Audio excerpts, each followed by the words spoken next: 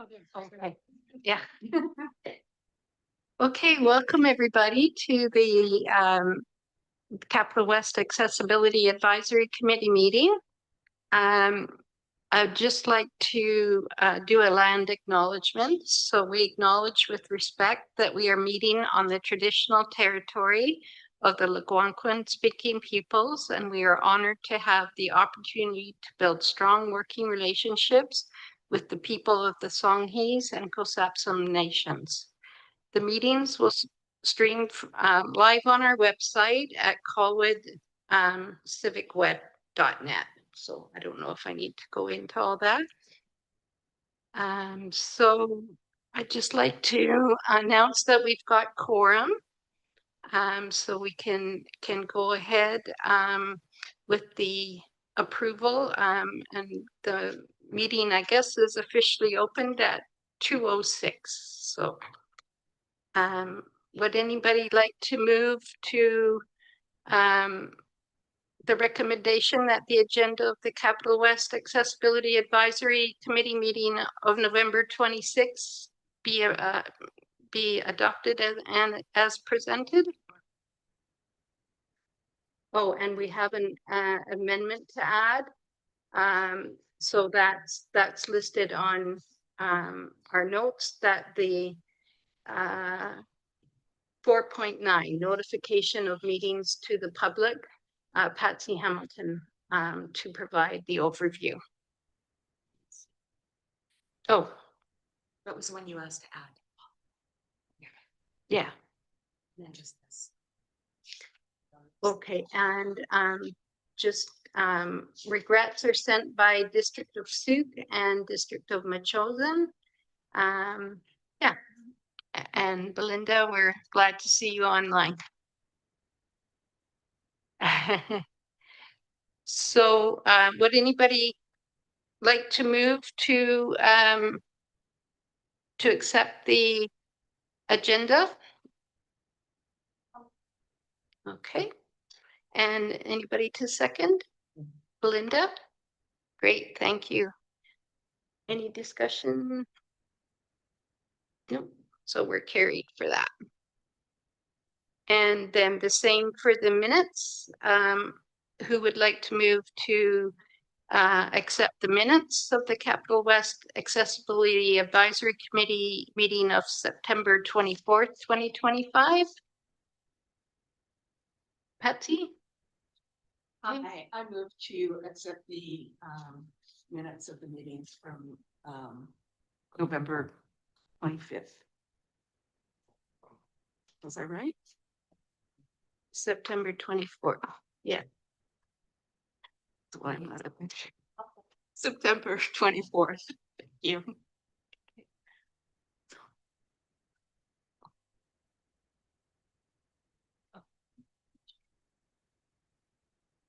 I think that's great.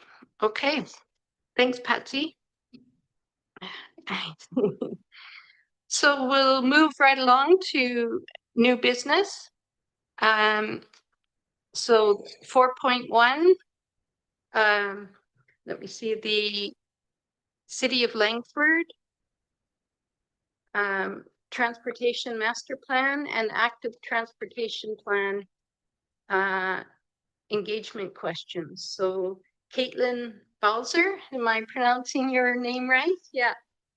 Director of Engineering and Public Works, City of Langford, and consultants of Watt Consulting will be facilitating our discussion. Thank you.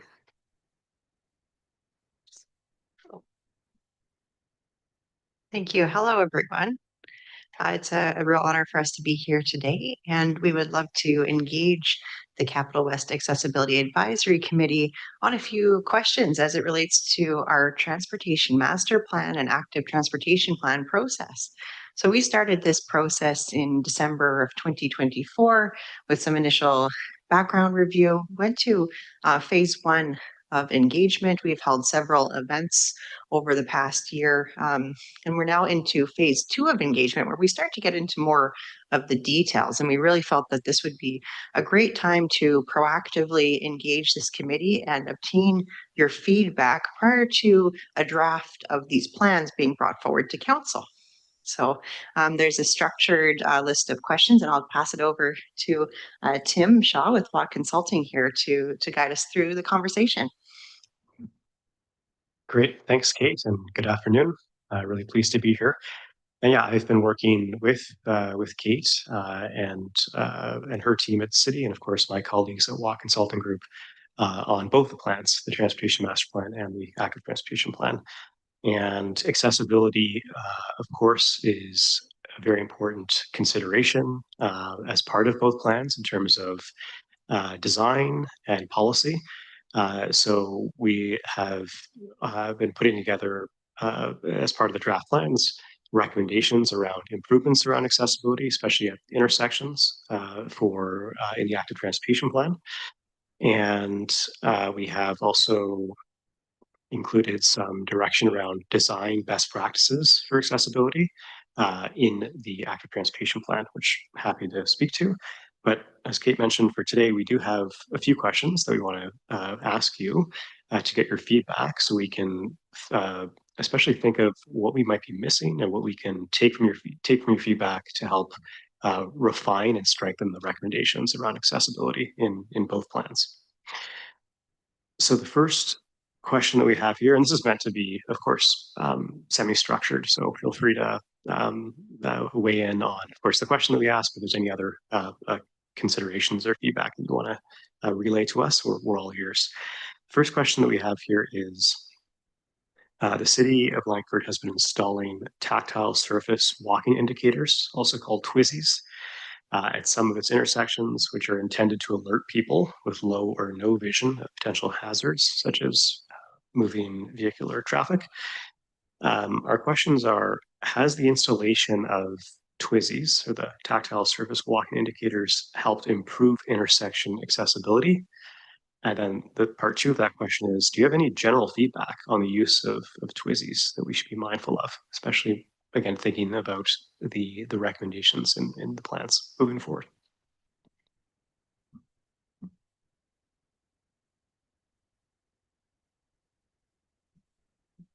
Hi, Patsy Hamilton.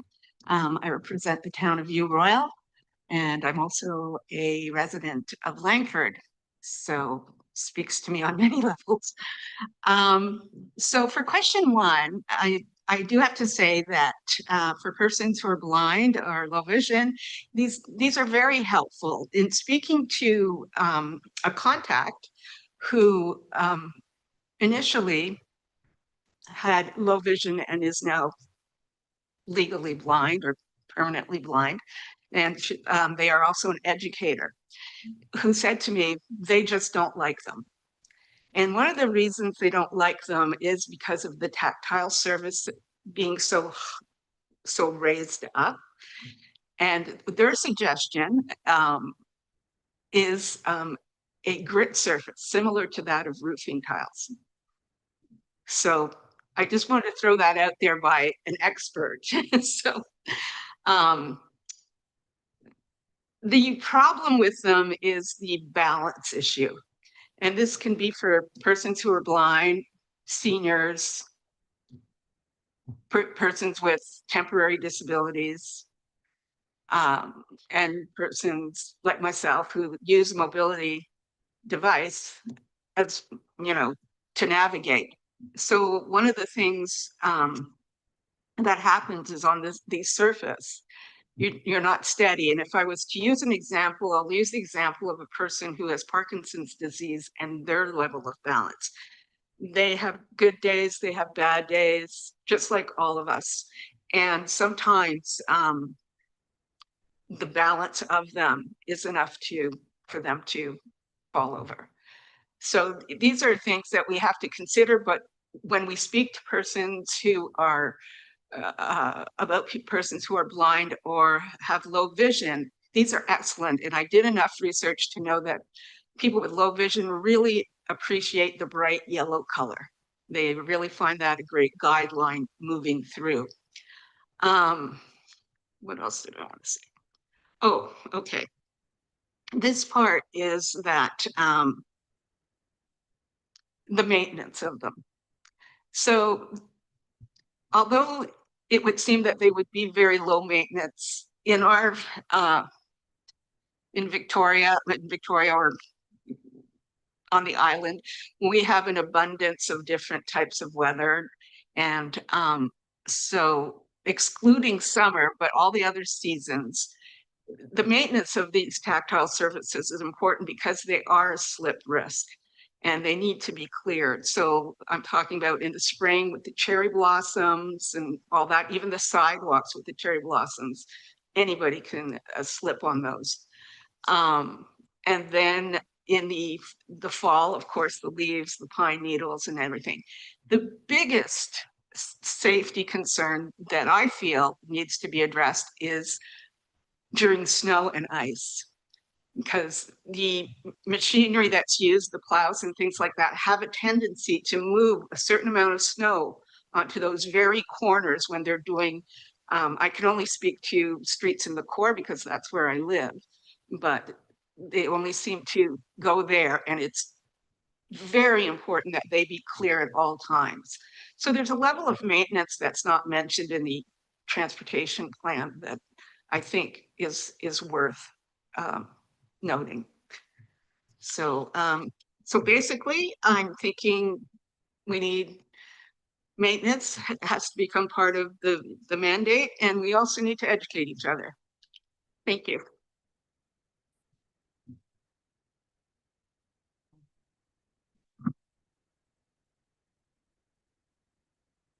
Go ahead, Linda.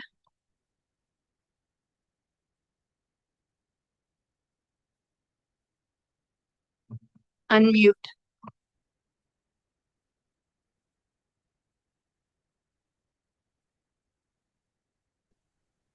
Can you hear me now?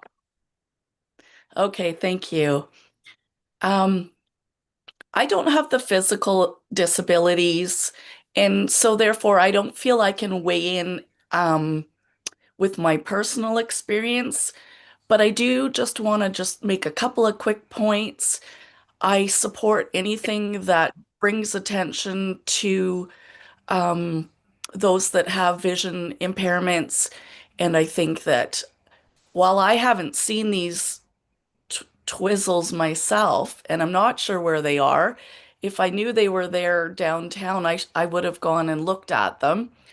But I think it's really important to have something there, whether it's the Twizzle or the other items that sort of bring attention to the dangers of the road coming up. But I did talk to a friend of mine who has not Parkinson's, sorry, a multiple sclerosis. And what he tells me about the sidewalks in the road, he said his issue is when it's bone jarring terrain, and sharp drop-offs at the curb. So maybe that's a little bit different than what we're talking about here. But for him, those are his issues at the curbs. So I just want to say that I think Patsy and Janie can probably speak to this topic better than I can, but I did want to just add that one comment. And I think that perhaps they would, the Twizzle, are they Twizzles or Twizzles? Twizzies? They're Twizzies, no L, Twizzies. Twizzy. Okay. I'm tempted to say Twizzlers.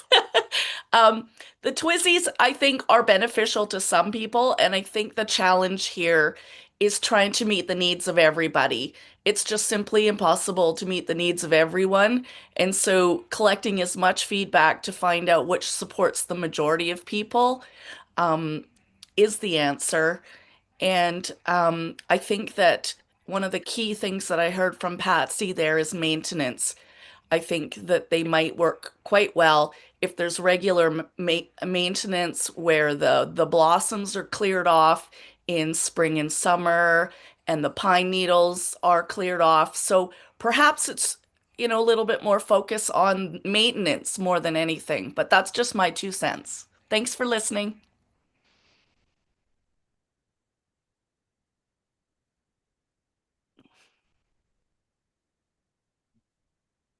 Could I just say that in my, oh, okay, sorry.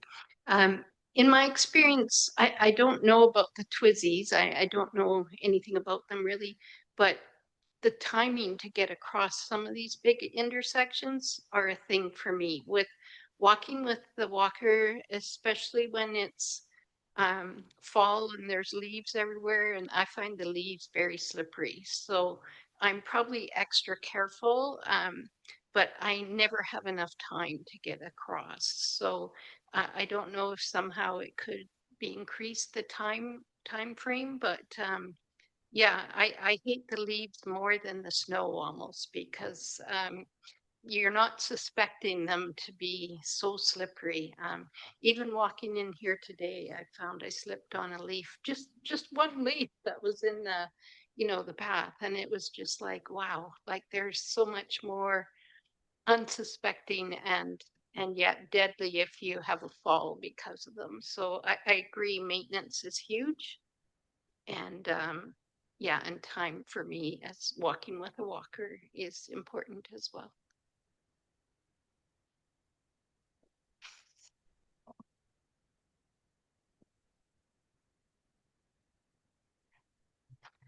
Hi, just to talk about what you just said I was going to say it in question 2, but I'll say it now, is one of the things that was missing in here, and I don't know if it's an oversight or not aware or what it is, but when we talk about installing these audible pedestrian signs, the signals, the other thing that is that municipalities are also able to do is put in what's called LPI,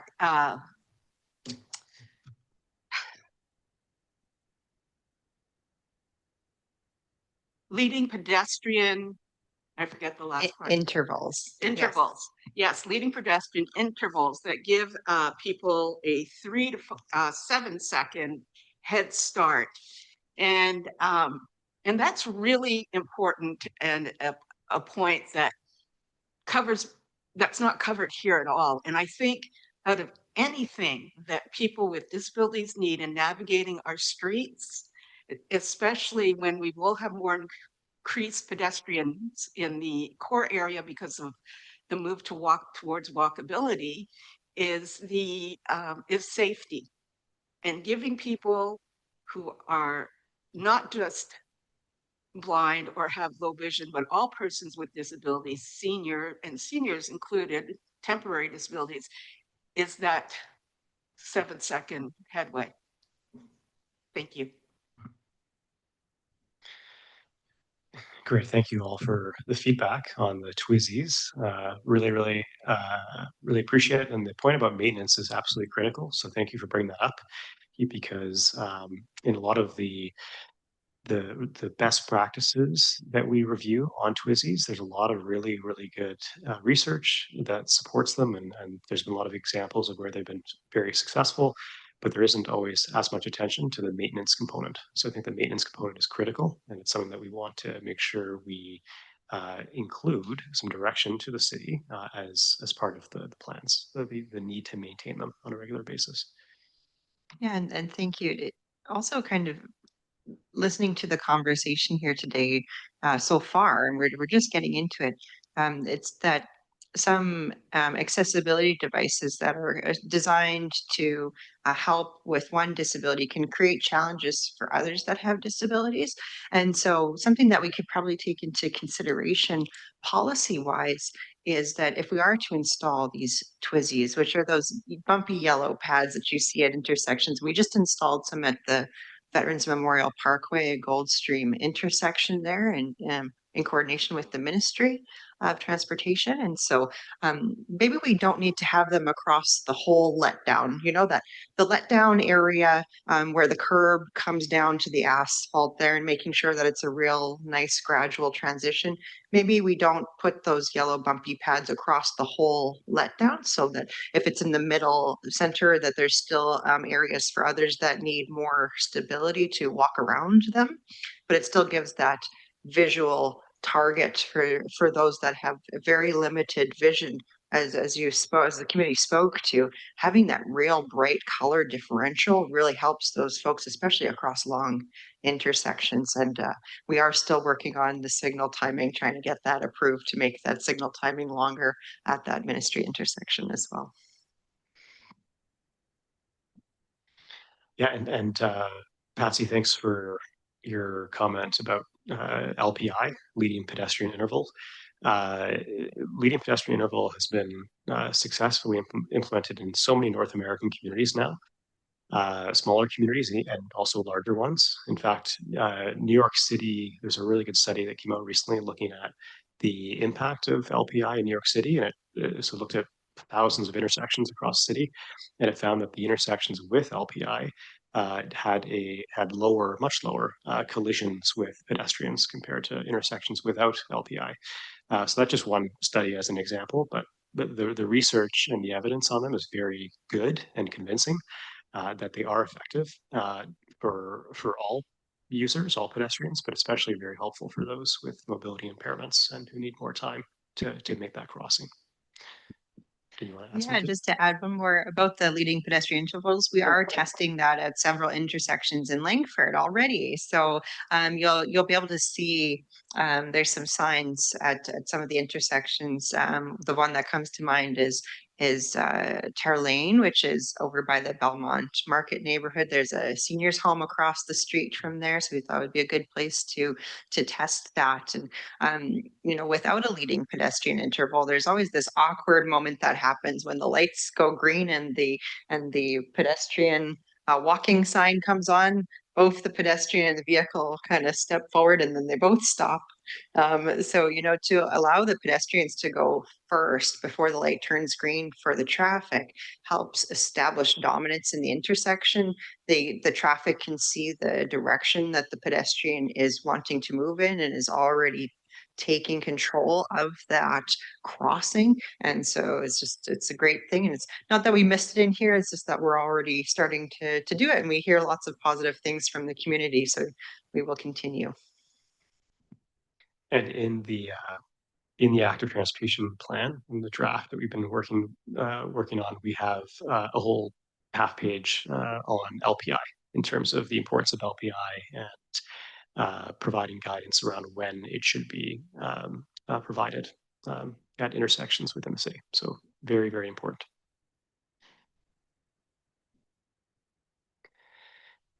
So if we're okay, yeah, go for it. Yeah. Thanks. One quick question, because I think, of course, of Veterans and Goldstream, and because it's the intersection of a municipal road and a provincial highway, would there be a problem installing the leading pedestrian intervals? Thank you. Thank you. So through the chair, we do work closely with the ministry. And now the ministry is updating their highway standards to try to meet the BC Active Transportation Guide. So right now, the highway standards are more for, you know, that separated highway, like Highway 1, right, where you don't have any pedestrian facilities. But we all know that there are more urban highways like Highway 14, which is Veterans Memorial Parkway and Souk Road. So trying to get some of these standards to align is difficult. And I know that the ministry is working on updating their standards to try to match things, but they've just got a bit more work to do in that regard. And we're just grateful for the ministry staff that we work with for taking into consideration, you know, the elephant's feet, like that mark out it's the bike lanes and the green paint. That's not something that is currently in their highway standards as approvable. However, they were willing to accommodate us in installing that. So we had to take out a permit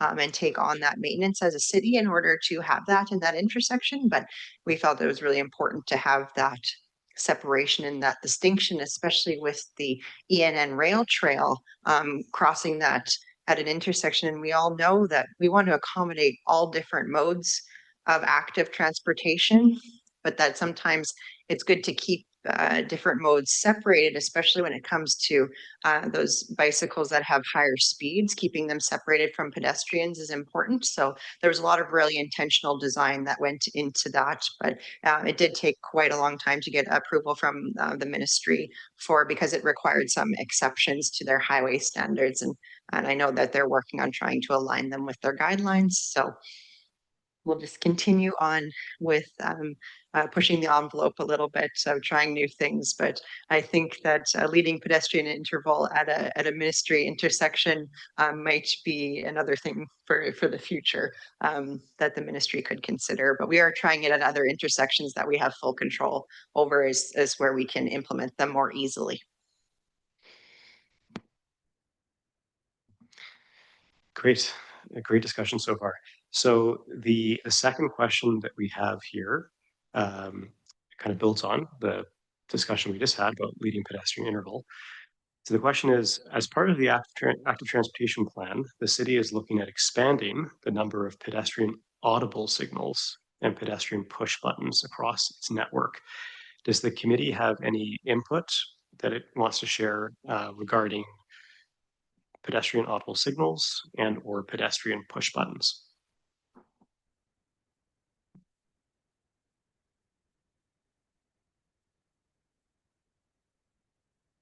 I feel like I'm here alone.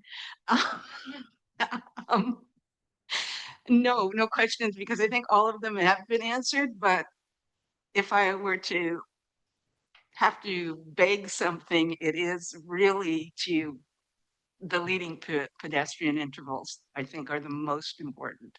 Thank you.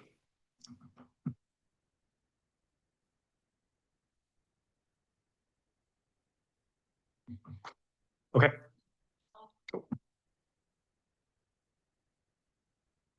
Go ahead, Belinda.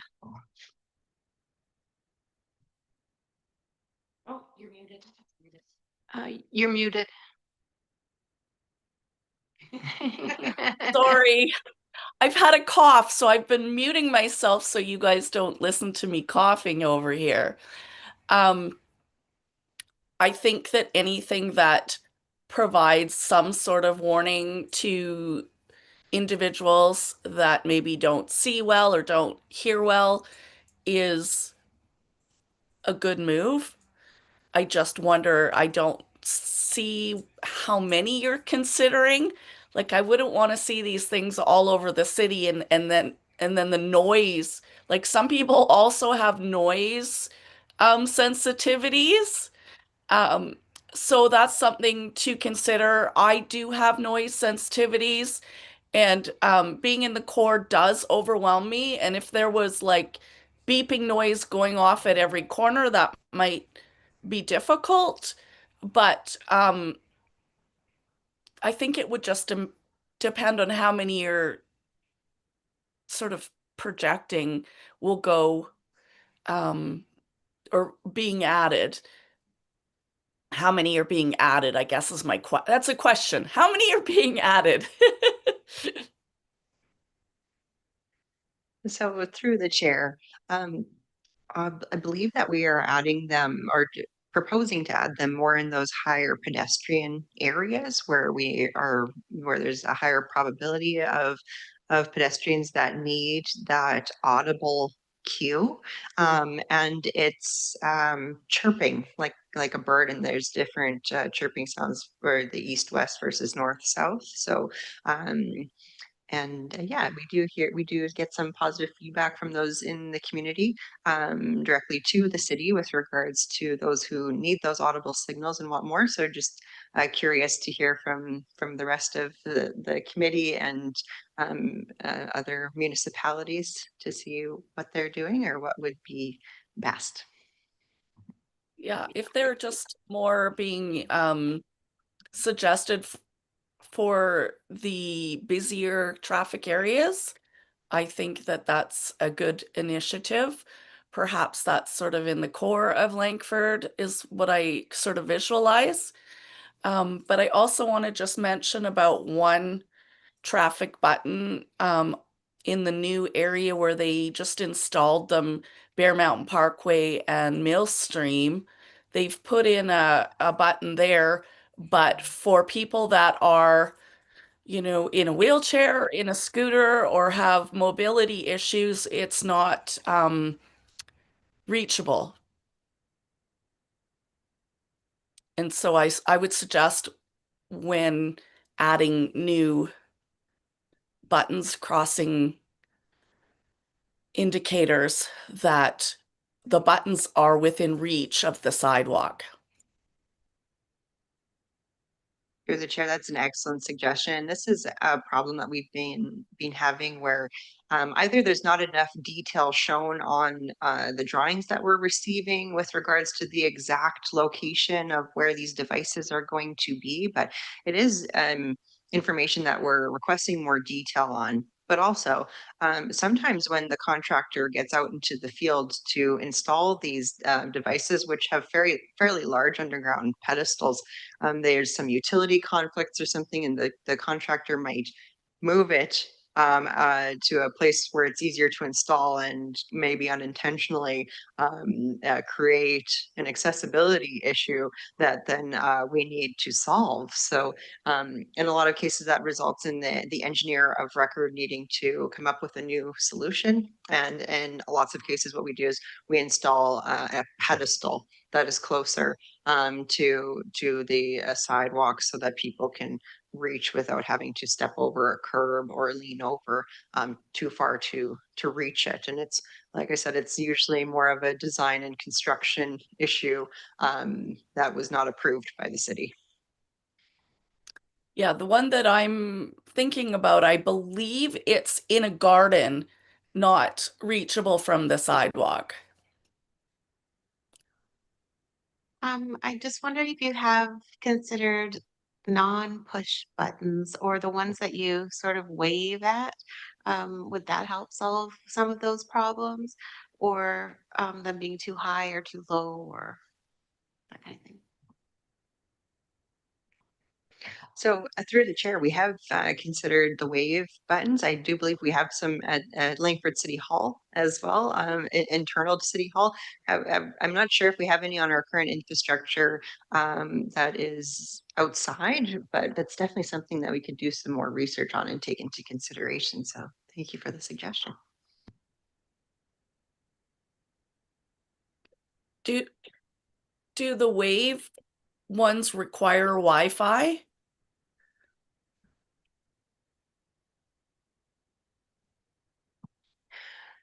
Through the chair, we're not sure, but some of our devices that are not connected by like direct conduit or wires do use Bluetooth and or radio signals, and we have found that with some of the newer technology vehicles or with their radius, with installing more of these devices in down in a smaller area, we have gotten reports that some of the pedestrian flashers are going off when there's no pedestrians around.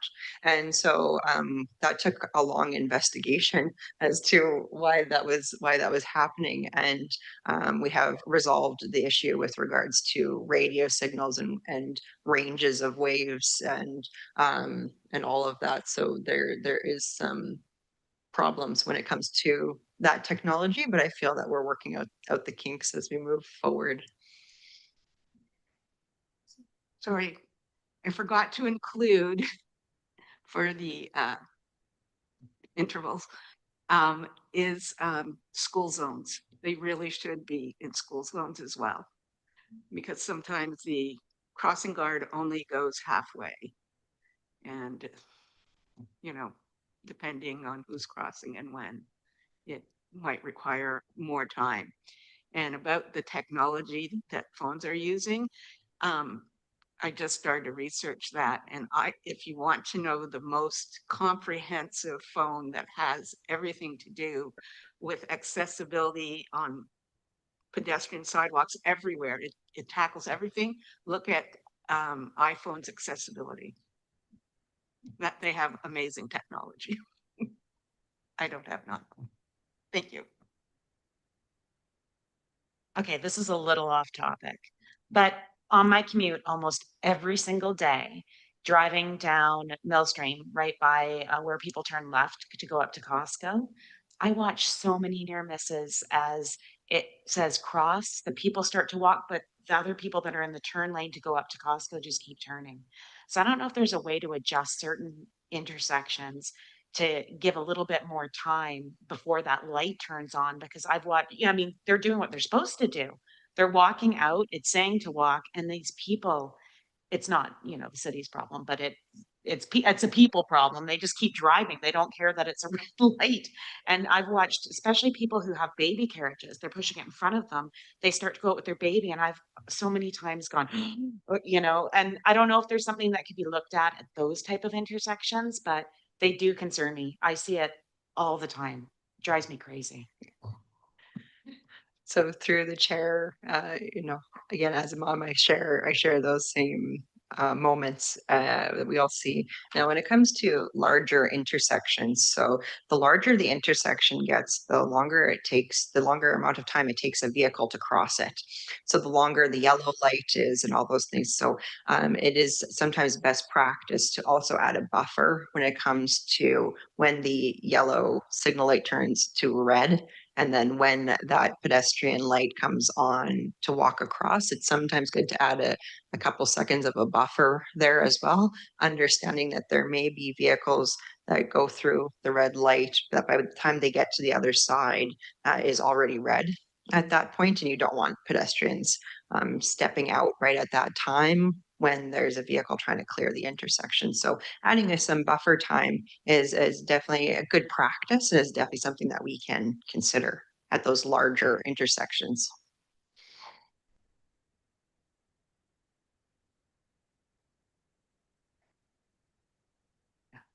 Sorry, just for your information, at that one, I think there is a buffer time. It's about 3 or 4 cars that will sometimes go through the red light.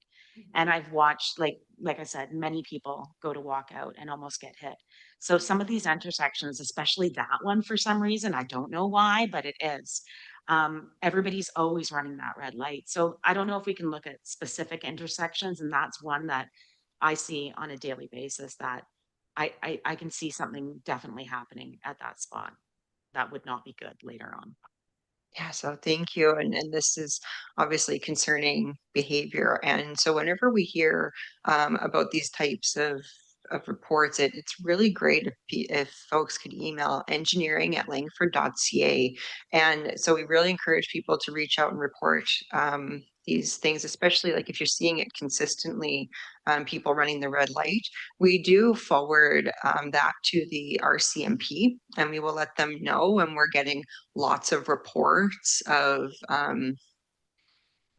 bad driving behavior, so to speak. If there's no engineering controls that could be upgraded or improved within our budget that's feasible to do, and it's more of a human behavior issue, sometimes we could try doing some public education around those things, or putting up, we could try to put up some public education signage, or put some information on our website, but that might not be reaching the right people. So sometimes the enforcement route is the best option, by just having a bit of a presence from the RCMP at those types of intersections.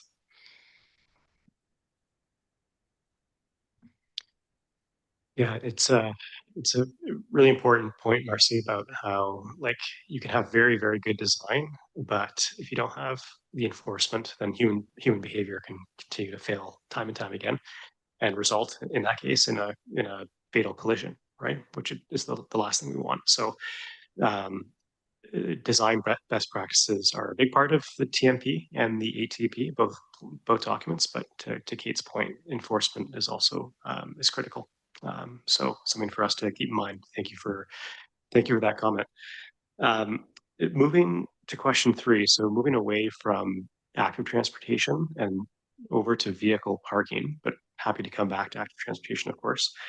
But vehicle parking is critical and is being looked at through the city's downtown on-street parking strategy, which is currently being developed.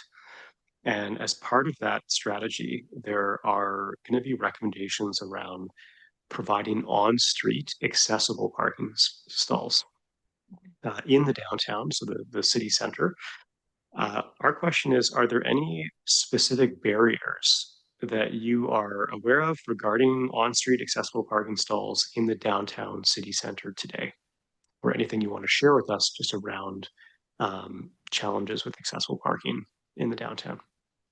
Thank you.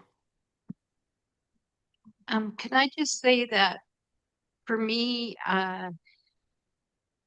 the accessible parking spots that then have the, I don't know what it's called, the cement block in front of them, and then the sidewalk with quite a high curb in front of that is just if there's a slanted curb, it's usually like quite a ways away from where I end up getting to park anyway. And so because it hurts me to walk too far, I take the risk of going over these bumps and humps to get up on a curb or a sidewalk. So yeah, just to be aware that it may only look like, 20 steps or 30 steps to the average person, but for me, that's too many steps. And so I take the shortcut, which isn't always the safest way. And I know that. I know I'm taking a risk at it, but it is something that that affects me. Yeah. Go ahead, Belinda. Yeah, I'm just curious. I heard that you're talking about accessible parking in the downtown core, and I'm just wondering why it's just in the core. What about like the other neighborhoods? I notice that a lot of the work gets done in the core, but I don't live in the core, and a lot of people that I know with disabilities don't live in the core. And I'm just curious why it's just an issue with the core. And then just my second comment related to parking is that in my neighborhood, I have somebody that parks right across the sidewalk on a regular basis.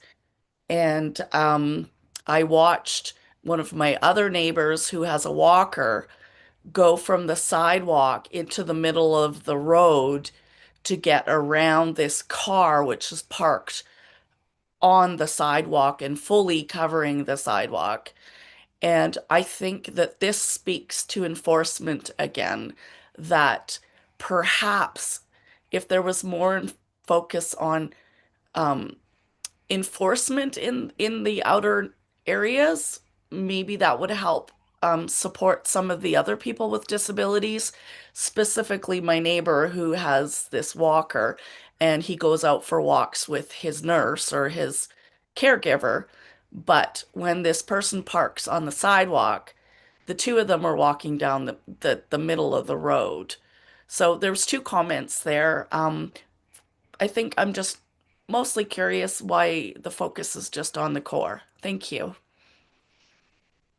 Thank you for the questions. So to answer the first question, this is, we would like to recognize that this is not just a problem in the downtown core, and there's a lot of work to be done. However, the current scope of the on-street parking study is focused on the downtown core, just due to the scope that was approved to focus on, there's been a lot of changes in our downtown core with regards to density and the new university and the businesses. And we do think that a lot of our signs need to be changed with regards to, does it need to be a a 5-minute loading zone, passenger drop-off area? Does it need to be a 2-hour limit? And reorganizing all those signs. And as part of this is how do we provide more accessible on-street parking that's not on a private lot that's, you know, is being monitored by private parking vehicles? How do we provide more of that? And I think that that will set the standard for the rest of the city going forward. So I think it's a great opportunity to figure out how we can add more accessible parking, on-street accessible parking in a high origin destination area, and then hopefully we can replicate that throughout the city. So the only reason why we're focused on the downtown core is because of the limited scope of that study currently. And then to answer the second question, absolutely, this is an enforcement issue. So something that really helps our bylaw enforcement officers is if people take a photo and provide an exact location and send it to enforcement@langford.ca. That really, really helps. If we've got an accurate, like kind of a good photo of what the full situation is, maybe not just like some people send in just a photo of the license plate. It's, oh, we want the photo of the whole context of the situation, because, you know, by chance, by the time we get there, it's our luck that that vehicle has moved. And so if we could, if people have the time to report it, you can also call. But again, if there's an opportunity to take a photo and send an email to enforcement@langford.ca with a specific location and a broader photo, that is very, very helpful. Thank you. Oh, and Belinda. Yeah, I did send in a photo, but Just a one of minute, the Belinda, Patsy was next and then you. Sorry. Or, Go ahead, Belinda. yeah, do you want to go ahead? Okay.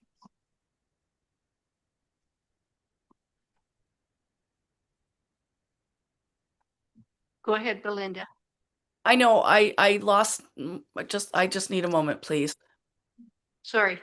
Okay, Patsy? Hi.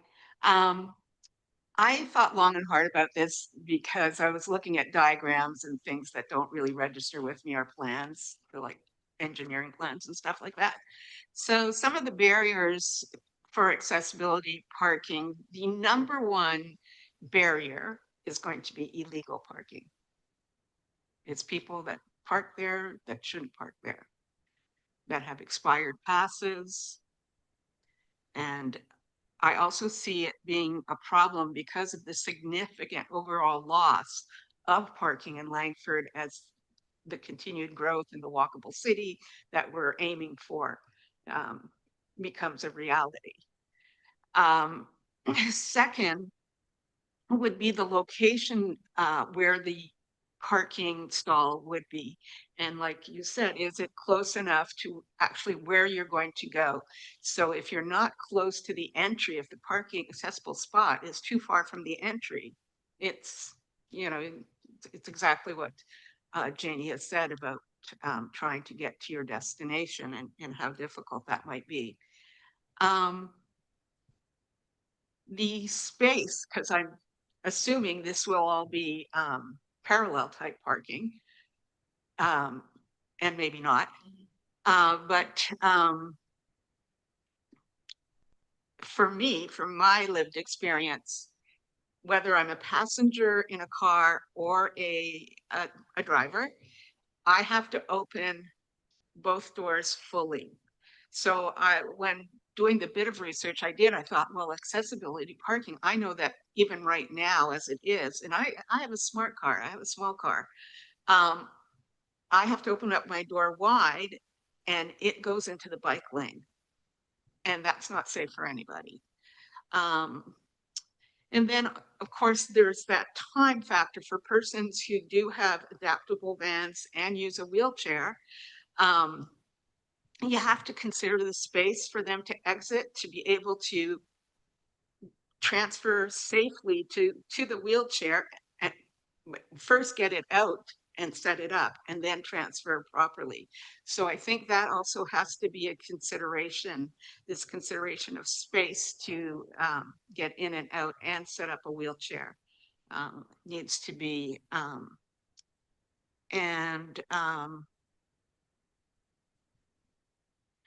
I think, although I'm not sure, again, very limited research, but some of the adaptable vans might be longer than a regular van. I'm not sure why.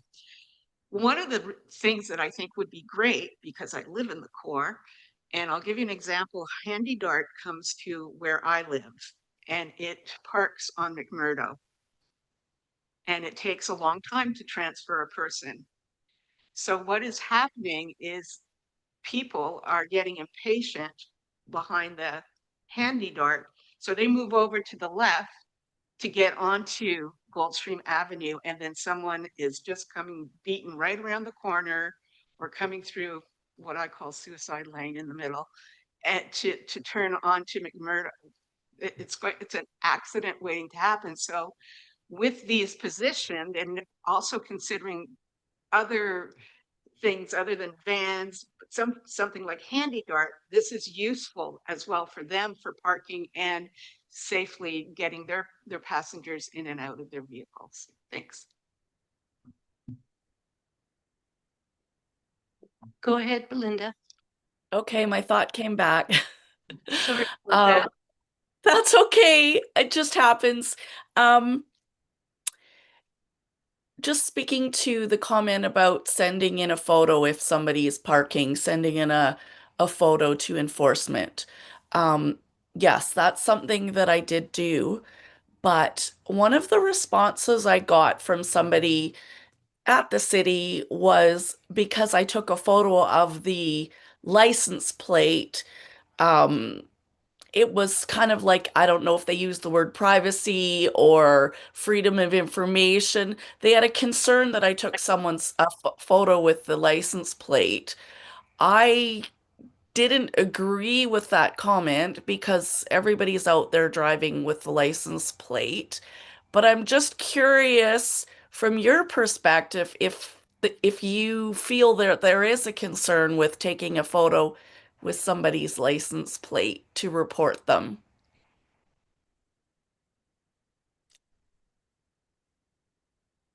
And then I guess I can just mention the second comment that I was going to make with regards to accessibility parking in the core. Great suggestion. I think it would be beneficial for people in the core. I think that you may need to also consider the sidewalk that is parallel to the parking space because it would need to be, as Patsy said, you would need space to get the wheelchair out or the walker out and have the space to go around to the sidewalk. But then again, the sidewalk would also need to be low enough without a curb to get onto the sidewalk. So those are my two comments. First one is a question. Second one is just a suggestion. Hi, Belinda, it's Marie. I don't have any concerns with you taking a picture of a license plate. And if you can forward me the response that you got, then I can follow up with staff on it. I've already sent that to you. You sent it to me today? Not today, no. When it happened. Okay, I'll take a look for it. Okay, I have one quick comment. Just be aware of some of the trees and shrubbery that are in the area that you're looking to put it in, because going down the Goldstream corridor, I find that some of that stuff is grown now. People pop out of bushes all over the place. And I'm turning left to go into, where the dollar store is. And there's someone popping out this way. There's someone on a scooter on the sidewalk. And I'm always scared turning right into there because people just come flying. And I can't believe there are a lot of people out there walking on the sidewalks now for sure, but especially when you leave where the Chinese food restaurant is. I can't remember what it's called on the corner there. They've got the tall cedars and you go to turn right and all of a sudden someone just popping out from the bush. And so just be aware if you're looking at putting in those parking spots, not to be close to those areas because those people are sometimes lower down and can't be seen. That's it. That's through the chair. That is a very real concern. Shrubbery grows. And so, this is something that we also experienced on the West Shore Parkway, Langford Parkway roundabout had boxwood hedges that, when they were planted and initially growing were shorter than the children that walked to school. And then they grew to be much larger than the children, and we had to remove them. And so, for safety reasons, again, if anybody has concerns about pedestrian sightline issues, especially those that are in accessible devices that are sitting, or children and all that coming around corners, we would love to improve sightlines where possible. Sometimes we need to work with private property owners in order to improve those sightlines. A lot of times the property line is right at the back of sidewalk, but we're looking at addressing that in other ways as well right now. So thank you for all the feedback. Through the chair, Patsy, going back to your two comments, I guess just two responses that I have. So the first on enforcement. So there's in a lot of communities, there is really bad misuse of accessible parking spaces. So there's misuse and there's also abuse. And sometimes the misuse is that people are not aware that they shouldn't be parking there unless they have their accessible parking permit or placard. And in some cases, there are people intentionally parking there when they shouldn't be, because it's obviously in a convenient location, and that's when they're abusing the stall. And that's a problem because it's taking parking away from someone who truly needs that parking stall. So how do you deal with that? Well, enforcement is key. Again, when it comes to all things accessibility, enforcement is really important. And in some communities, they have parking enforcement has really good, strong powers to issue fines and to essentially quickly deal with any of those situations where there's misuse or abuse of parking stalls. In Langford's case, there's the parking enforcement policy that's in place, and there are, through that policy, there is the ability to prioritize enforcement of certain parking stalls, and accessible parking can be, this is a consideration, it can be one of those parking stalls or restrictions that can be prioritized for enforcement if the city wants to go in that direction, because we know that, as I mentioned, misuse and abuse happens across communities, which is very unfortunate, but enforcement is usually a good way to deal with that. That's point number one. Point number two is you brought up comments about just the design of those stalls, accessible parking stalls, and the space requirements. Couldn't agree more. In the on-street parking study, there's going to be recommendations around the design of these stalls, so then the city can have a consistent design standard when it comes to on-street accessible parking stalls, and that could be for parallel. It could also be for perpendicular parking. And that way, when the city actually designs these stalls, there's consistency around signage and curb ramps and access aisles and all the things that we know make a big difference for people who require these stalls. And Madam Chair, if I may add, this is not a one size fits all type of deal. We recognize that we have a lot of different types of parking stalls, as Tim had mentioned. We have parallel parking stalls, angled parking stalls, perpendicular parking stalls, and there are many different types of vehicles that are outfitted with different accessibility needs. Some of them have side ramps, some of them have ramps out the back, or even some of them have trailers that have the mobility device on a trailer behind. And so we understand that this is not a one size fits all activity, but what we do know is we can do better. And so we are going to try to make improvements and monitor as we go forward. And we're really looking forward to this study coming forward and incorporating all of your comments into that. And so please keep the good feedback coming. Thank you. Just quite briefly, oh, don't tell me I lost it. Well, first of all, I'll remember this one is I would like to suggest I would participate if moving forward throughout these plans, if you want our lived experience or our opinion out in the community when you're actually looking at a physical site, have you considered getting in touch with us?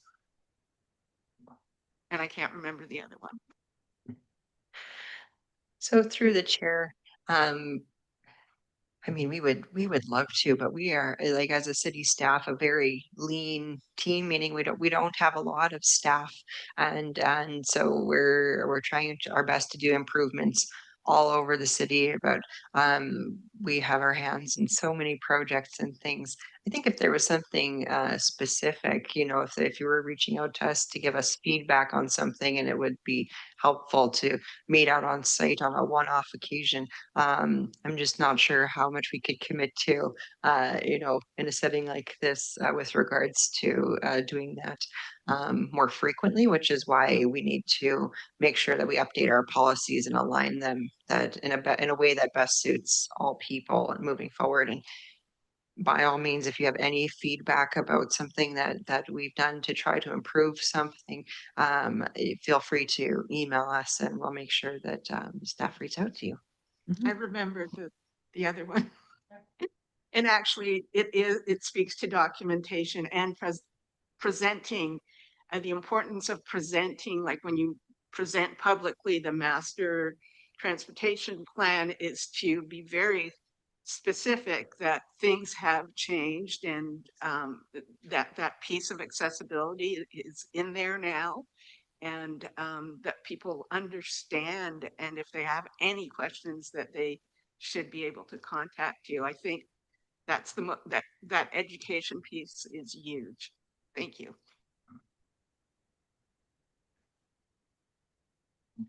Could I just mention too, just to give you something else to think about, like you didn't have enough, but when you're considering the size, I've also had the problem where they have an accessibility spot that is a good size for getting in and around, no matter where you need to get your chair out of or whatever.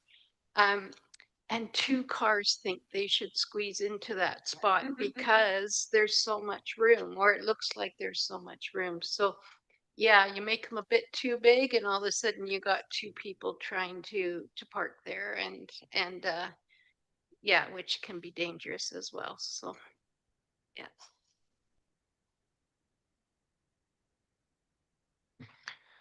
Thanks for the feedback there on the vehicle on street accessible parking. Really, really important insights. So really appreciate that. Uh, the last two questions here that we have are sort of more open-ended, more general, but still, of course, very important. Number 4 is for persons with a mobility impairment who require assistance from someone when driving a vehicle or when riding as a passenger. Are there any specific transportation barriers that you are aware of for that specific demographic that we should be mindful of in forming our recommendations? And then question number 5 is just the same question, but for those who do not require assistance. So let's first try to talk about for those with mobility impairment who require assistance. Yeah, I just wanted to say that I'm one of those people that has good days and bad days. So sometimes I'm quite capable, and I know when I'm safe to be driving or when I need to call somebody to have give me a drive. And the biggest complaint for both scenarios is the wonderful active transportation we're bringing is also excluding people who have to drive. So like yesterday, for instance, it was windy, it was raining, it was cold, and it was dangerous being out driving. And there was no other way to get to where I needed to go, because I just couldn't have managed the weather with my walker and walking. And I just find when you're looking at bikes and scooters and people now, it's wonderful to see so many people out and doing active transportation. and bike lanes flying, like just flying with their electric bikes, and then signage everywhere. It's like, woo, my head is spinning trying to make sure I don't hit somebody or something. And I do think, I know a lot of people hate them, but to me, a right turn should never be made unless you have a green light. Like turning right on a red anymore is just so dangerous because people are stepping out of the bushes. People are all of a sudden on you that were way back a block, but they've got these fast electric bikes now that are coming, and it's terrifying trying to make a right turn anymore. And yet, if you sit on a green light because you're waiting for what's coming, the person behind you is getting very impatient. So, yeah, it's just something to think about. I think the days of turning on a red light should be gone with all this active transportation. Thank you for all that feedback. We did install a no rate on red on the Goldstream legs at the Venture Memorial Parkway intersection there. Again, the larger the intersection gets, the longer that right turn becomes, and the car is focused to the left, trying to see if there's a gap in traffic, right? And then they go to turn around that corner, and then a longer corner that we've created, is you can get some speed up and then realize that there's a pedestrian there, right? So we are very open to installing no right on red where it is necessary for, especially for pedestrian safety, and then keeping those modes, the different modes of active transportation, separated from each other where as much as possible. Yeah, lots of great feedback. Thank you.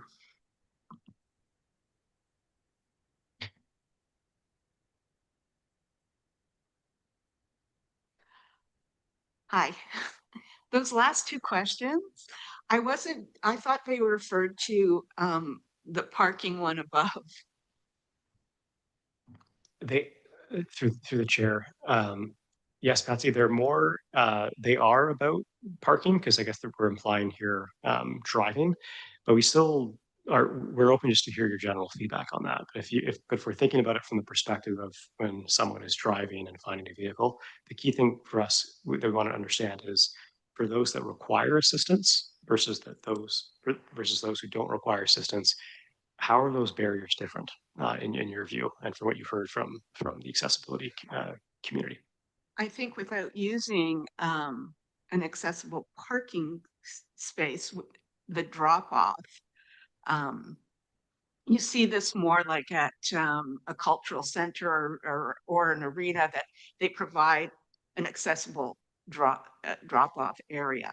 So I'm wondering if, although we can't, it'd be impossible to do it to each place everybody wanted to go to individually, but if there was an accessible, time limit drop off for people with disabilities is my suggestion. Thank you.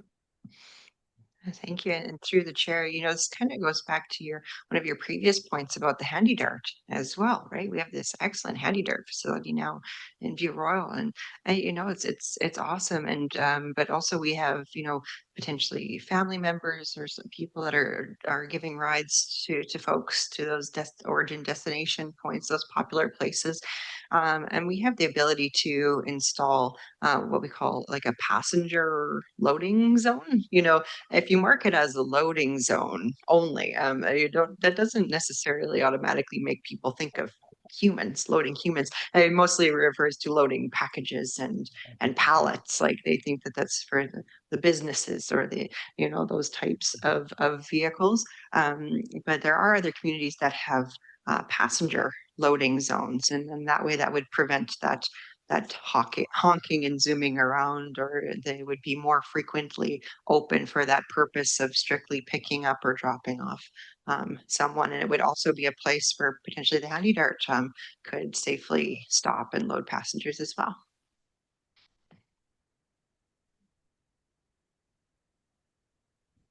Through the chair, just to build on that as well. Yeah, passenger loading zones are becoming more common, especially in municipalities that are undergoing a lot of change and seeing higher demand for food delivery services or ride hailing services like Uber and that kind of thing. So to Kate's point though, but those passenger loading stalls can be used truly for people who need to be dropped off somewhere, right? So if they're in the right place and they're conveniently located, it's easy enough just to pull in and drop off a passenger. If that person does have a mobility impairment though, they might need more time, right, to get in and out of their vehicle. So that's a consideration. But that's why that goes back to the on-street accessible parking stalls and why those are important as well, and why the city is going to be looking at installing those as part of this on-street parking strategy that we're working on.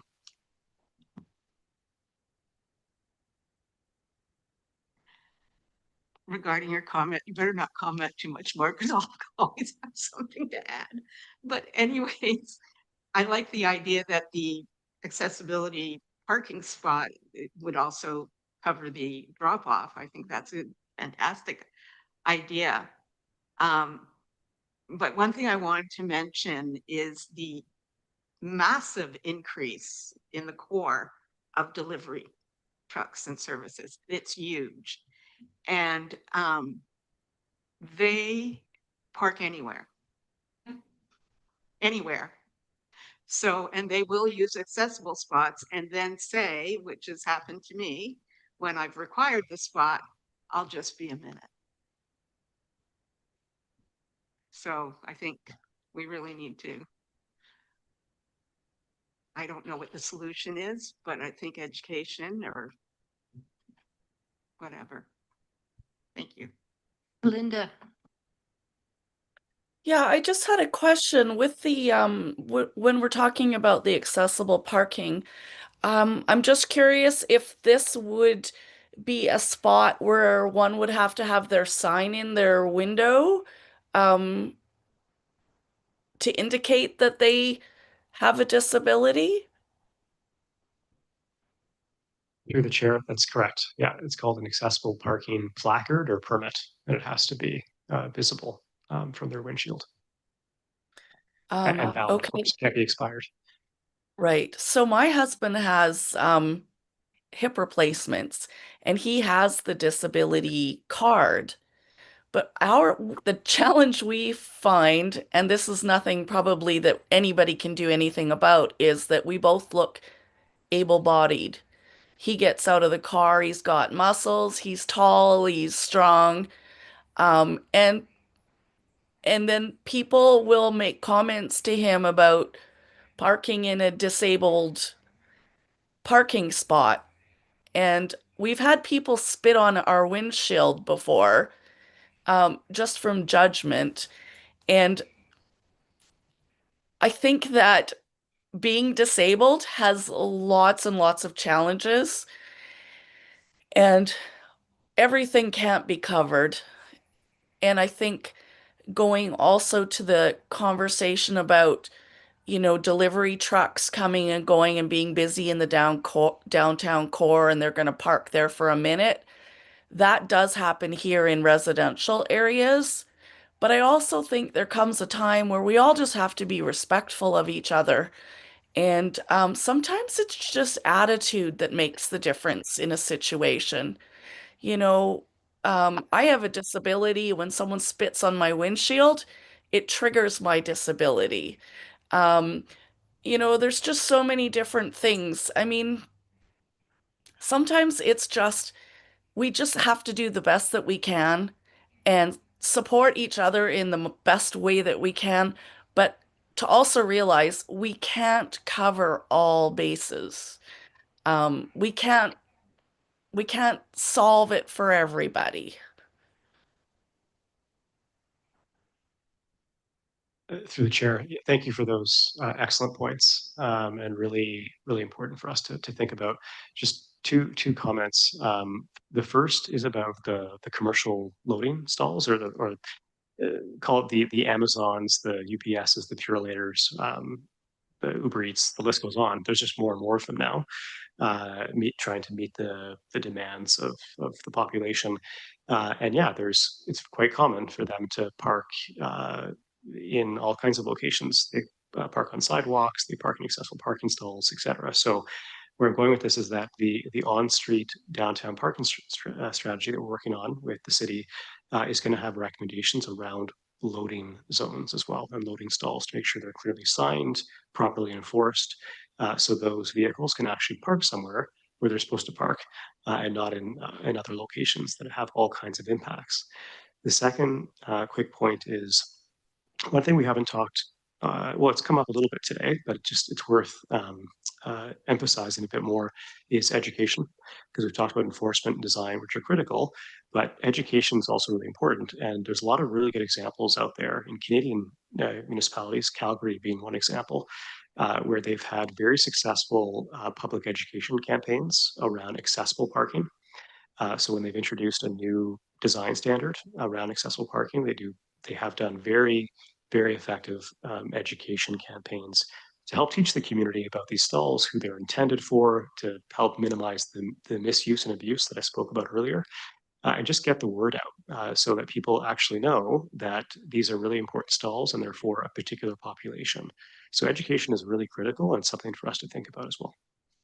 Absolutely. That's my number one comment. I haven't said it today, but I've said it in the past. A lot of this is education.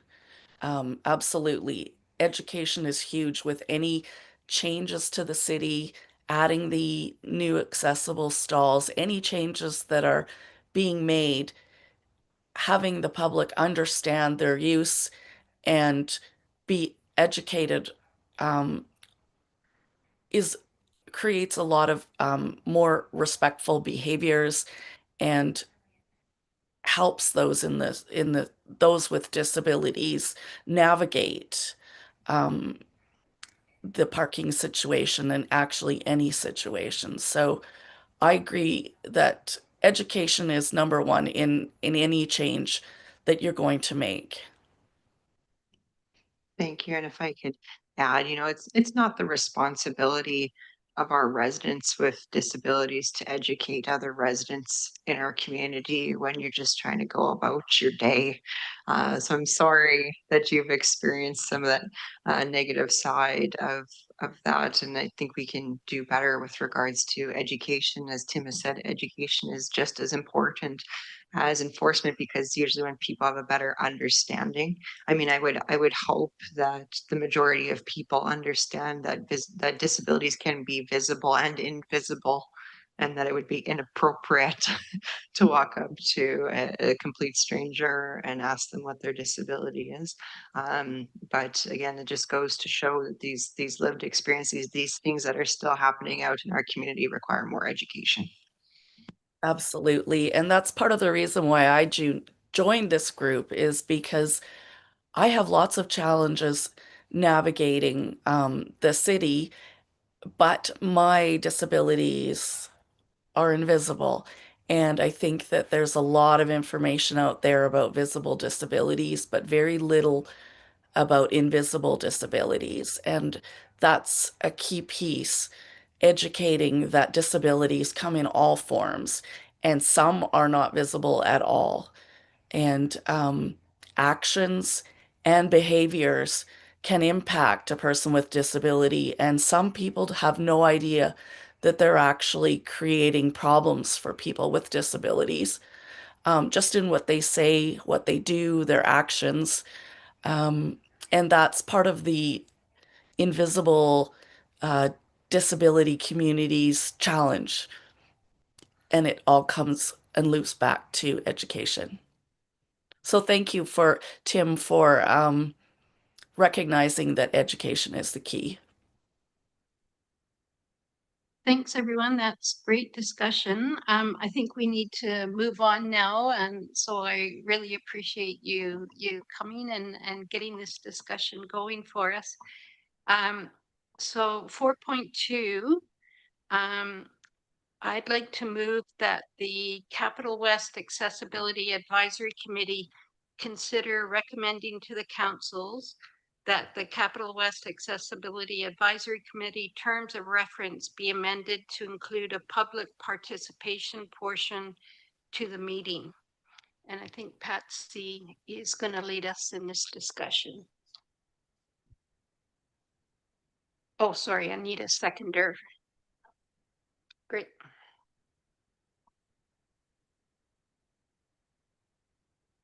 I would have never joined this committee had I paid attention to the most glaring of barriers, and that is the lack of public engagement. I overlooked it because I was so excited to get onto this committee. And I'm ashamed, as we all should be. Our voices need to be heard, we need to be seen, and the terms of reference must be changed and this barrier removed across all 7 municipalities. Whether only one person attends or 30 does not matter, it is barrier. So do I make a motion from here? Is that what I do? It's already been made? Oh, okay, I'm gonna hang up.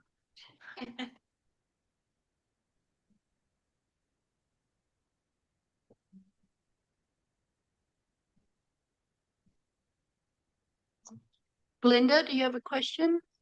Yeah, I'm just wondering if there's been consideration to a time frame.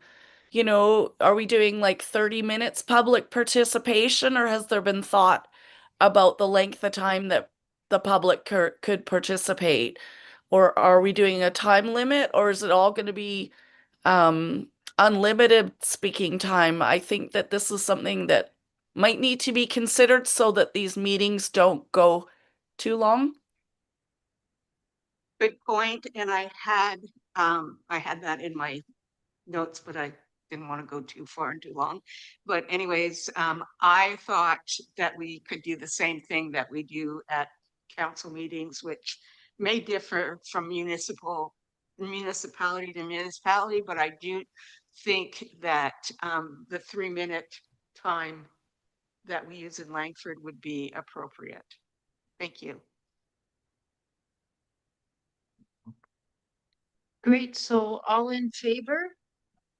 Oh, sorry, I'm missing. It looks so easy.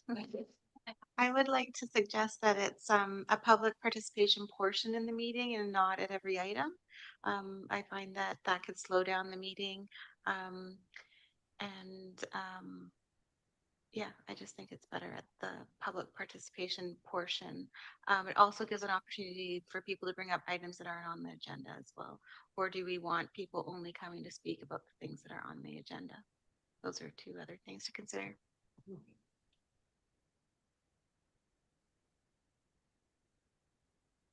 And just with respect to Patsy's comment about Langford's meetings, the public participation and the time limits are only applicable to council meetings. We don't have separate public participation at any of our committees. People are allowed to speak per item as the item comes up, but there aren't time limits and there is no public participation period for committee. Sorry, I missed that very last piece. There is no public.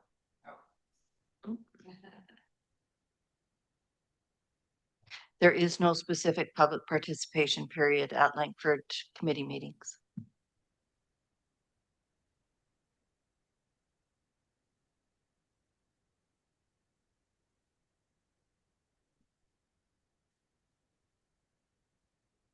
Sorry, I didn't get that last piece. Can you say? Yes, so at City of Langford's committee meetings, there isn't a provision in either the terms of reference or on the agendas specifically for public participation. The chair simply asks at each item whether or not anyone from the public wishes to speak to that item prior to committee considering it. So that is not a provision in Langford's committees. Okay, so then I would have to amend this motion.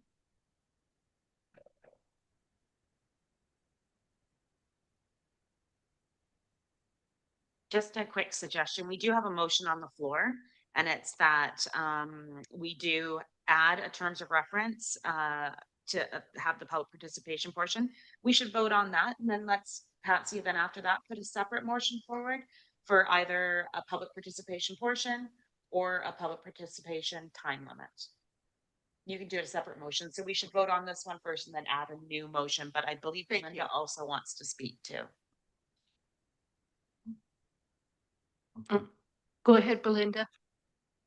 Oh, I was just going to suggest that perhaps, at the beginning of the meeting, we have 30 minutes where the public can speak about anything related to accessibility and it doesn't need to be on the agenda. Um, with a 3 to 5 minute maximum for each person, just to make sure that we don't expand the meeting too long. That was going to be my suggestion.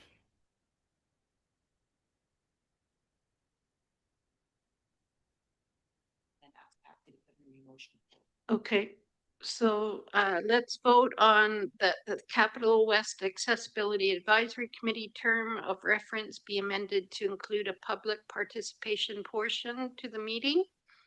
All in favor?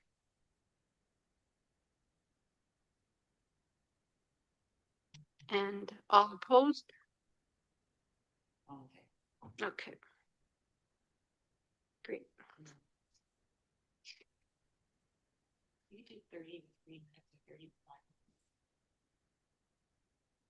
So I'd like it to make an amendment to, Just make a new Oh, motion. I'd like to make a new motion, and that is that public participation has a time limit to it of 30 minutes and 5 minutes per each individual that wants to speak publicly. And also, this would also be to phone in or via Zoom, however they attend. Is that correct? Okay, thank you. That's my motion. Great. All in favor? Any opposed? All in favor. Okay. Great. So we'll move on to 4.3, Township of Esquimalt Municipal Accessibility Network Conference. Victoria. Oh. She's online. Oh, there she is. Okay. Go ahead, Victoria. Thank you, Chair. This memorandum was provided to the committee particularly for information. I wanted to share the experience that I had attending the conference, some of the takeaways I had from that experience. I don't have anything additional to provide to the committee, but if you do have any questions, I'm happy to provide a response. Thank you, Chair. Thank you. Is there any questions for Victoria?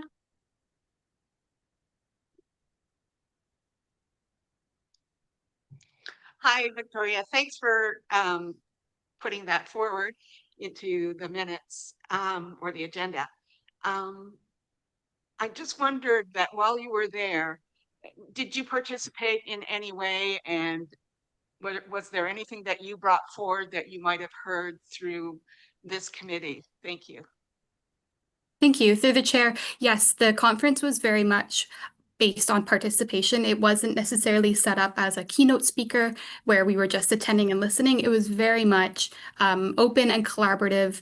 It's the Municipal Accessibility Network is a network of peers where we have informal Zoom meetings where we talk about the accessibility wins and challenges. So I certainly participated in all of the open space discussions. I was able to share some successes and some challenges that Esquimalt is facing when it comes to accessibility and really connect with peers on the mainland and on the island and collaborate, network. I formed some really great connections with the City of Victoria, which hopefully will help improve our recruitment for the committee because we've had it lower than desired applications received every time we have a vacancy.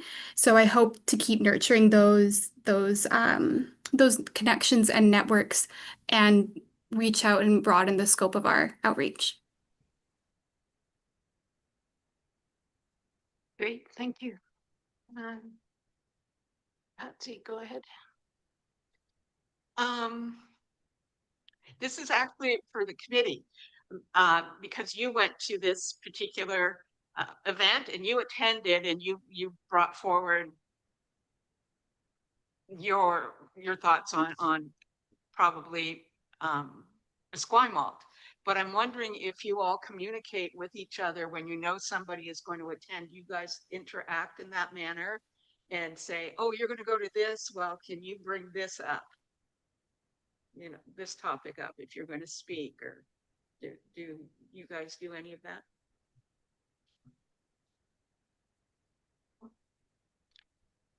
I can say for Colwood that we did not do that for this instance, but we do on other occasions.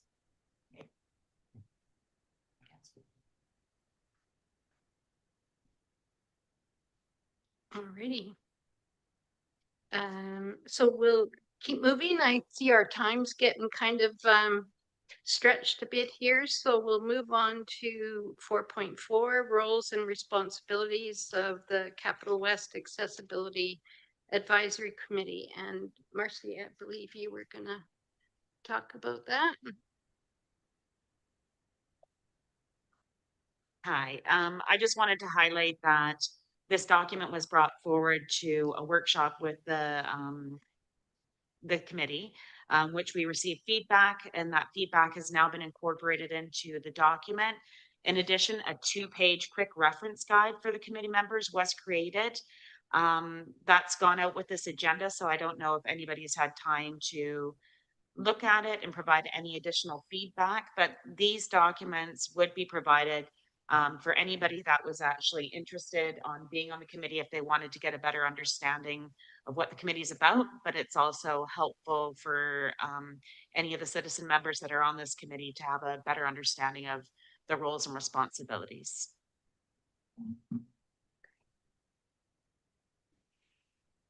Go ahead, Patsy. I just have very brief comment and a question. Is the comment is I still find it too hard to comprehend that the language used is not user friendly for somebody who doesn't work in a municipal office. And the other thing, I want to ensure that these documents do not take the place of training new volunteers, because I think it's important to have a training period. Thank you.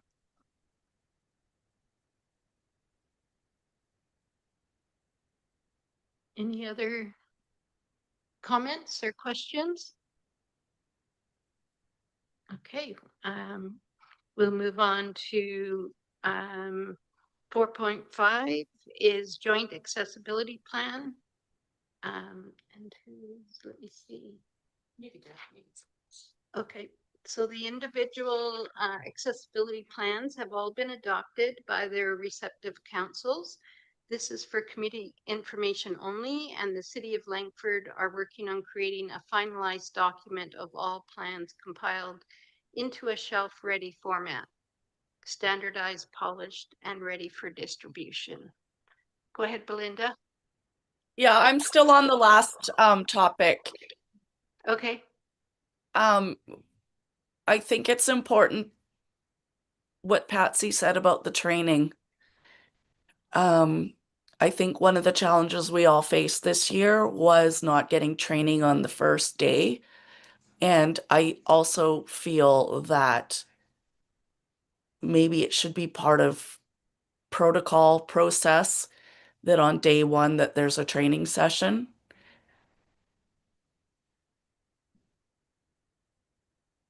Okay, noted. Thanks, Linda. Anybody else? Any other questions on that? So, and no questions on the joint accessibility plan draft?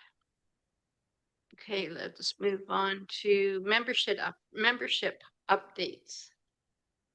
So if we could get the municipalities to maybe provide a verbal update, and we'll have to keep it to just a short one today because of time, but Patsy, you go ahead. So I read the correspondence, and I'd just like to comment about the bike tour. The writer, I agree with the writer, we were not approached and should have been, because wheelchairs, mobility scooters use bike lanes as well as sidewalks. I'm not certain that the event organizers considered this as well. And this speaks to my previous comments about that events must be inclusive of persons with disabilities. We need to foster this relationship with the promoters and the municipal staff that work in this area. And I also have a question is, did the city respond back to this writer?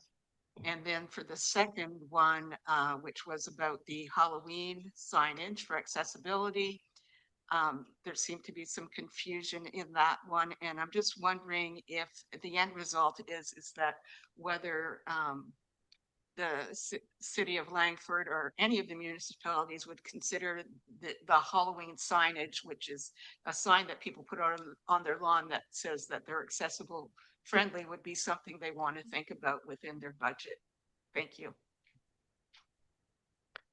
Okay, that was more 4.7. So that's okay. No, we'll switch them around. So any further comments on that? Yes, go ahead. Sorry. Thank you. Through the chair. With regards to the Ideas Fair that was held at the John Horgan campus, because that was an open public engagement event that we advertised through many different forms of media, social media, the city's website.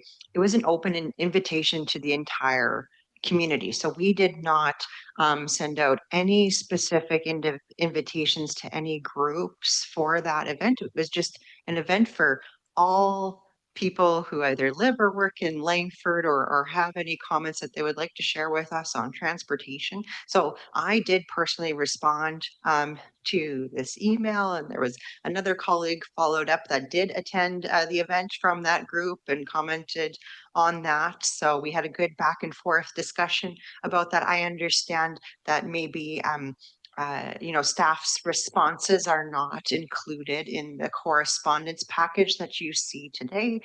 But I did personally respond, and that this was an open public engagement event. It was not an invite only by any means, and there were people from that group or other folks with disabilities, and that's part of the reason why we held it in a central location that's in a facility that was at ground level, that was accessible, to make sure that we were picking a facility that was very accessible, and posting that engagement opportunity widely across the community to get as many people as possible to come out that had time at that time to give us some feedback. And we're really grateful for any feedback. One of the parts of my response that I said was that this is not the only way or time that you can provide feedback. So if you feel like you missed out, please email engineering@langford.ca. We'll pass it on to our consultant. Or we are also open to doing one-on-one interviews was offered as well. So we did that as part of our phase 1 survey to reach out to vulnerable groups or hard to reach equity deserving groups, to try to put it out there as part of our public council presentations.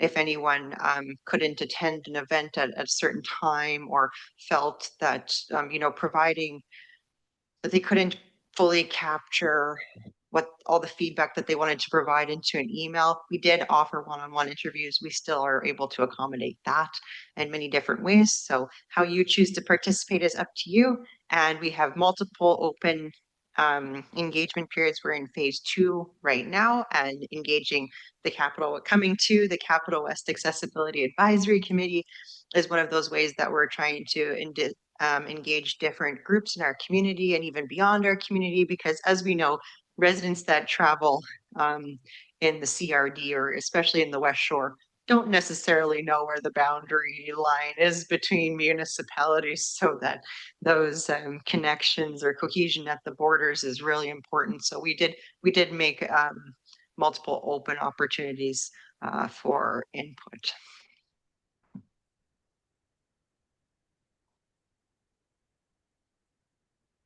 I just want to say thank you for that clarification. Great. So will we skip back to membership updates? Does anybody have a membership Township update about their municipality that they would like to share. We'll go with Marcy first. Thanks. I just wanted to let you know that Tina from Machosen just passed on that they will be adding the roundtable discussion to their December 1st council meeting. So it might give them, I don't know if it'll give them enough time to add on the one that we added today, but that resolution will be coming forward to change their terms of reference. I just was giving them that update on their behalf. Great, thank you. Anybody? Oh, okay. Go ahead, Amanda. Thank you. We will be bringing forward the resolution for the terms of reference to our December 8th meeting, and we'll add this on at that time so that we can do it in one shot. We've completed our paving of the road and the parking lot at our district office. So that has been kind of really nice addition and easy for everybody to access our hall now. The door, our new accessible door has been installed. We're just waiting for the actual power assist function. So it's a two-part thing. We had the door people, they come to do that part, and then you have the accessibility people, the door people, to come and do the second part. So that hopefully is going to be finished at the end of the week, which is really nice to have that finished. And we continue to look for a representative for this committee, a citizen representative. So we will refresh our campaign because we seem to get, we do approach everybody that comes into the office that we might think might be interested. And we have put it out to all of our committees and our volunteer groups as well to spread the word. So we're hoping that something comes of that. Thank you. Great. Any further updates? Okay, so we'll go to 4.8, which Disability Alliance of British Columbia Accessibility Committee Members Network Dialogue, December 8th, 2025 at 1:30 p.m. And there's a link there to register. So let me see. You can join online network dialogue for accessibility committees for an opportunity to connect with peers across the province to share challenges, best practices, and strengthen partnerships under the Accessible BC Act. And the free event includes a short panel discussion and a facilitated dialogue to exchange ideas and solutions. It's designed especially for committees in smaller communities, and this session supports engagement and collaboration as part of the Accessible Organizations project. So the link's there if you want to join, and I know I'll be joining it. Oh, and the late 4.9. Okay. So that's notification of meetings to the public. Patsy, do you want to speak about that? Oh, sorry. Okay, I'm not prepared because I didn't think, I completely forgot that it was coming. So quickly, I think it is very important that we create very accessible manner in which that people can join these meetings, people with disabilities or without, whoever's interested, everyone's welcome. So I did hear from Marie, and one of the issues, not issues, but is that some software might not be compatible with other software in between municipalities. But I'll let Marie say it better than me. Go ahead, Marie. So we did receive an email this morning questioning about having our council and committee meeting page show the Capital West Accessibility Advisory Committee on that page. And it's not perfect, but we have updated the web page so that there is now a direct link from that page to Callwood's page with the meeting information on it. So that's already been taken care of. Thank you. Any other comments about that? Great. So I guess for all recommendations as presented are for discussion and purposes only and should not be considered as the opinion of the direction of council. Yeah, so if there's nothing further to add, this meeting is adjourned at 3:50.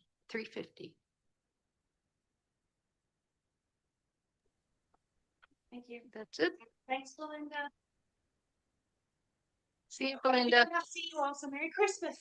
Yes. Merry Christmas. Happy holidays. Happy holidays to everybody.